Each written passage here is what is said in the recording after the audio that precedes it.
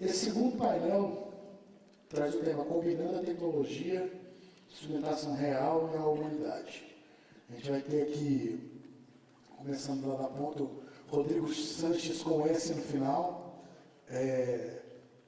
que grava a maioria dos discos, ou pelo menos grande parte deles, que são feitos na Trama nos últimos anos. O Massey é o nosso outro convidado que está ali, que é da banda 808 State de Manchester. Ele vai também explicar também o seu ponto de vista sobre o tema. E esse aqui é meu colega e conterrâneo, mestre Gustavo Vazquez, que é proprietário do estúdio Rocklab lá em Goiânia e que também recentemente gravou coisas bem legais desse novo mercado brasileiro. A gente vai ser aquela dinâmica, um tempo para cada um, cerca de 15 minutos. You have a problem with that? Want to change? Yeah, I have a problem with integrating humanity with technology.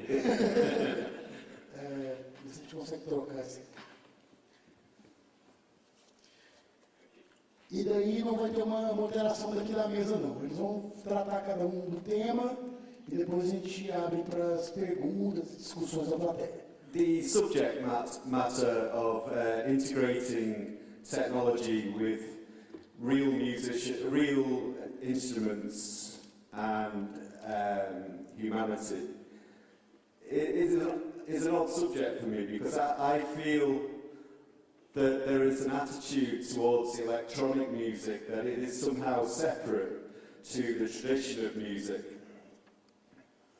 I don't feel that. The first time I got really interested in electronics in music was through Stevie Wonder records, which is a really good example of blending of the two things.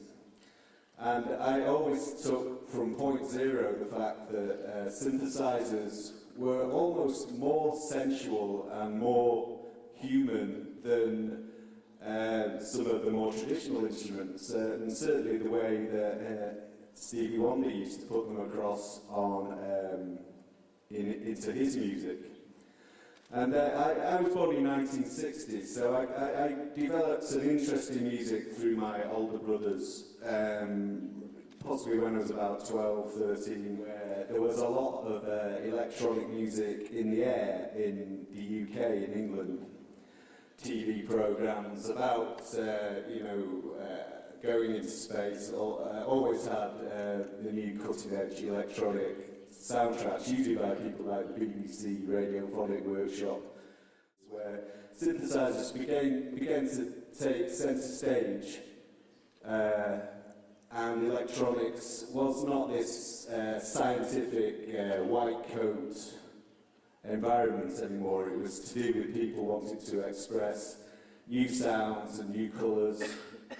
An album like David Bowie's Low was common currency again amongst normal people like my friends growing up in a working class neighbourhood. So the idea of a non-musician developed towards the end of during the 70s, that there were people in bands, and for instance I'd listen to things like space rock albums like Hawkwind was a very important group, and the first group I ever went to see in concert. And they would use synthesizers, not in a very unmusicianly way, they just had like sine wave generators, and they just treated it as kind of noise. And then the saxophone player couldn't really play, but he processed it through so much electronics that it added more noise. And that whole band was just about a texture. Youth is, is something that you'll be looking for, to lose yourself and immerse yourself in gigantic music. When I first started to be in bands, I never really set out with the idea that I would play guitar solos or be virtuistic in any way, shape or form. I was much more interested in painting with sound And I had an interest in, the thing I liked most at school was art, and I got into painting.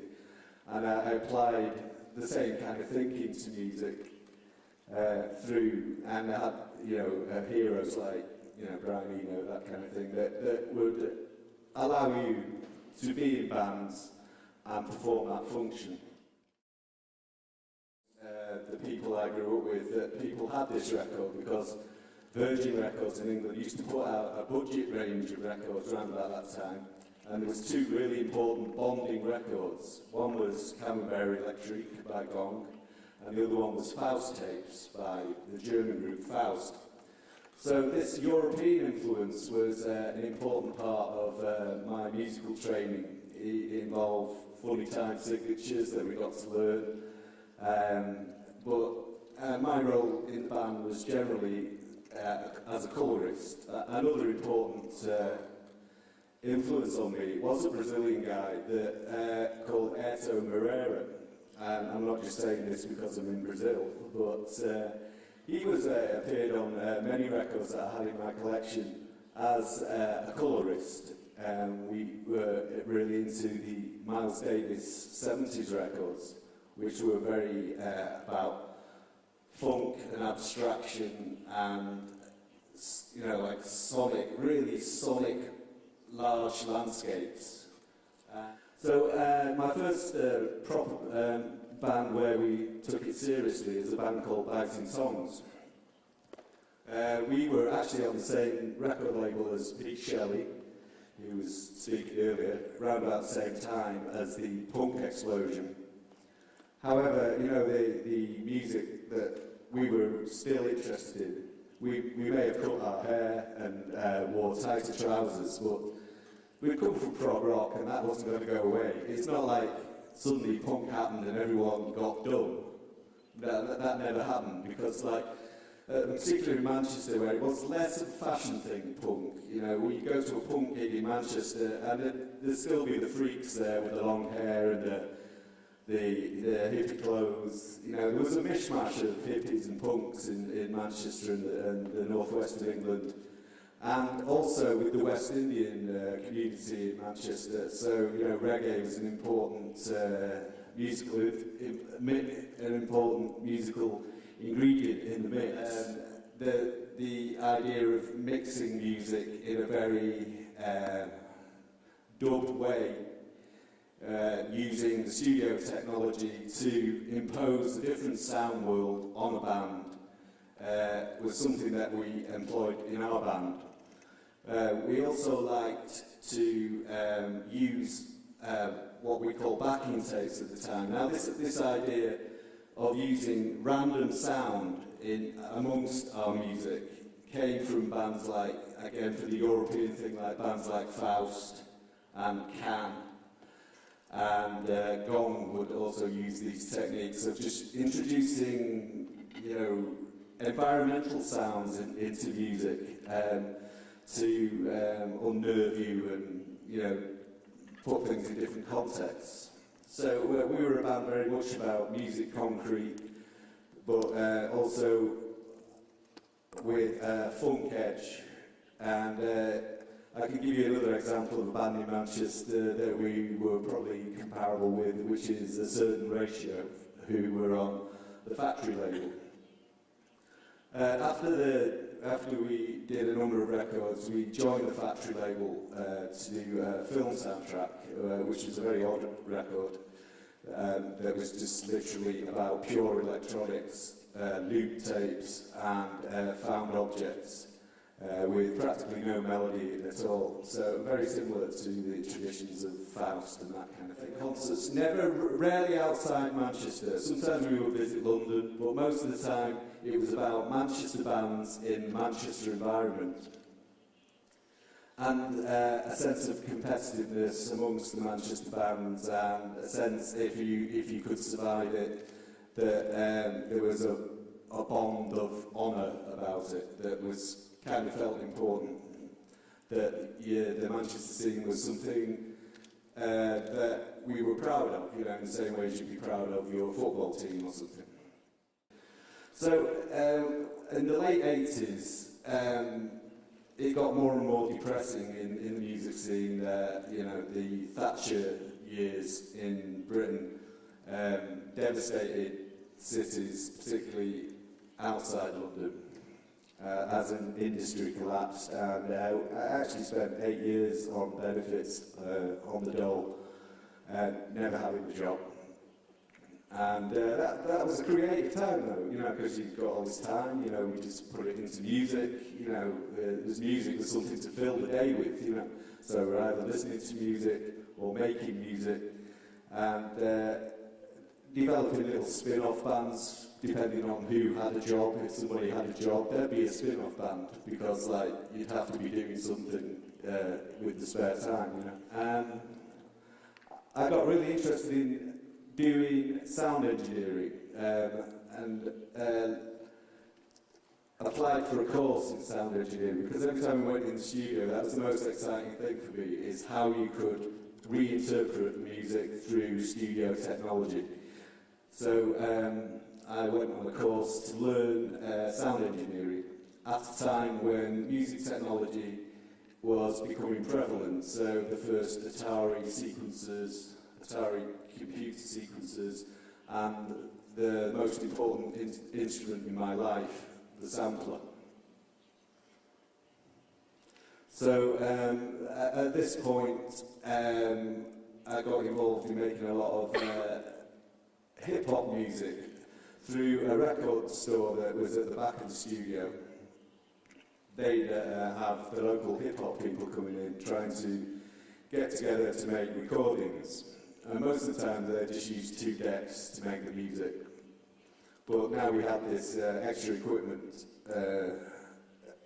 the possibilities seem wider and quite exciting. So we decided to, you know, explore hip-hop. I wasn't particularly into the hip-hop music myself, you know, having come from this other background.